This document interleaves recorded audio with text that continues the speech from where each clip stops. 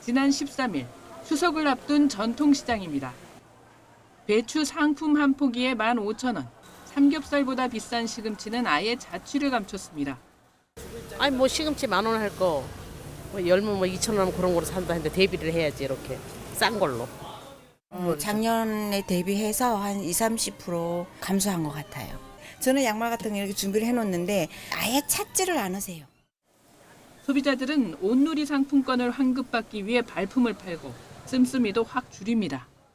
없는 사람한테는 2만 원 크잖아요. 하루 종일 땅 파도 2만 원이 안 나오잖아요. 그렇죠? 그러니까. 수출이 호조를 보이면서 설비 투자도 조금씩 살아나고 있지만 내수, 특히 소비는 회복이 더딥니다. 생활물가 누적 상승률이 커서 필수재 지출 비중이 큰 서민들의 구매력이 크게 줄었기 때문입니다.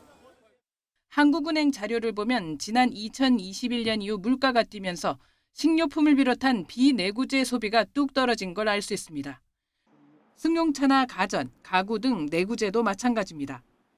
빚이 많은 상황에서 고금리 기간이 길어지자 30, 40대 소득과 소비가 왕성한 계층의 씀씀이가 제약되면서 내구재 소비는 지난 2022년 4분기 이후 계속 감소했습니다.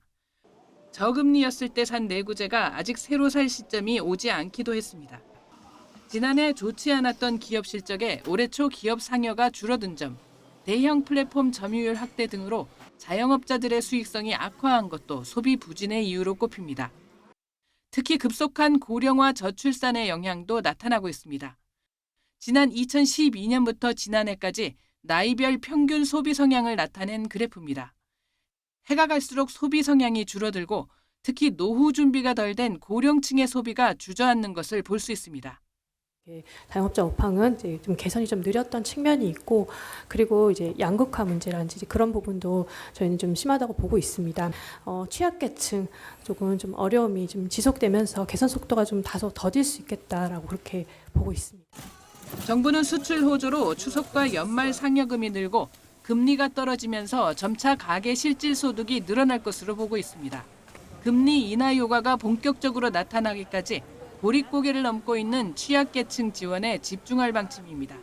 YTN 이승은입니다.